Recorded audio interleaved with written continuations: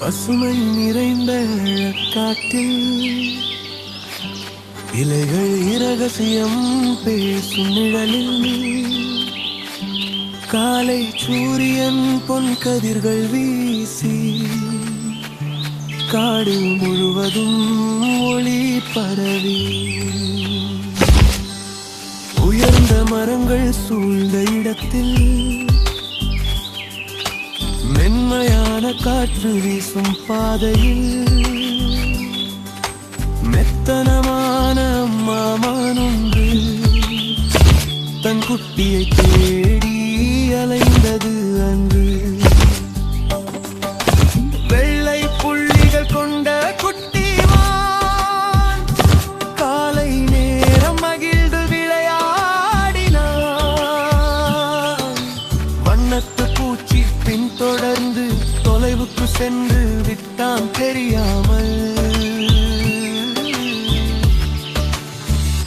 குட்டிமானே நீலவானின் கிழதானே ஆற்றங்கரையில் மறைந்தாயோ, வெள்ளிங்களை பார்த்தாயோ, மலையருகே சென்றாயோ, அமைதியாக நின்றாயோ, மரநிழலில் ஓடினாயோ, காட்டின் பாதையில் நடந்தாயோ.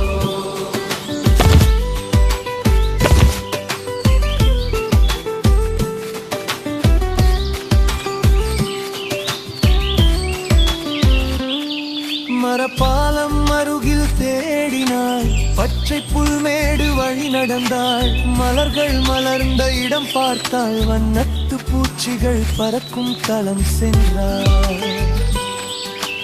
பரந்த நதியை தாண்டி சென்றாள், புல்வெளி பாதையில் நடந்து வந்தாள், கற்கள் மீது மெதுவாய் நடந்தாள்,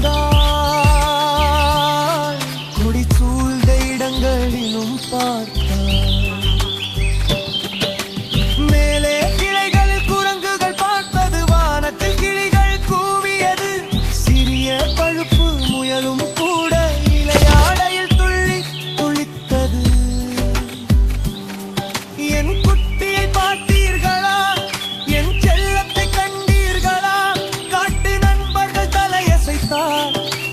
செல்லும் பாதை காட்டினார். அம்மமானின் இதை துடித்தது, அங்கு கலந்த பயம் இருந்தது, ஆன நம்பிக்கை வழி காட்டியது, அம்மாவின் துணை நின்றது.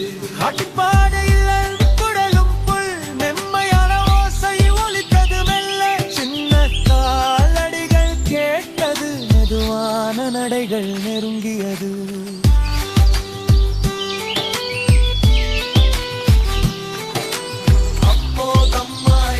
குரல் காலை முதல் விளையாடினேன் சொல், வண்ணத்து பூச்சி பின் சென்றேன் நான், பயமுறுத்த நினைக்கவில்லை தான்.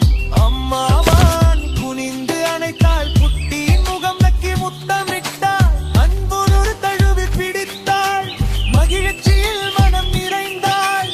காடு பொன் ஒளியில் மின்னியது, பறவைகள் இனிமையாக பாடியது, இலைகள் காற்றில் ஆடியது, பழமையான மரங்கள் கிசுகிசுத்தது. தொலைவில் போகாதே செல்லமே, என்னுடன் இரு என் மாளுமே, உலகம் பெரியது, காடு இருந்தது, என் அருகில் நீ பாதுகாப்பானது.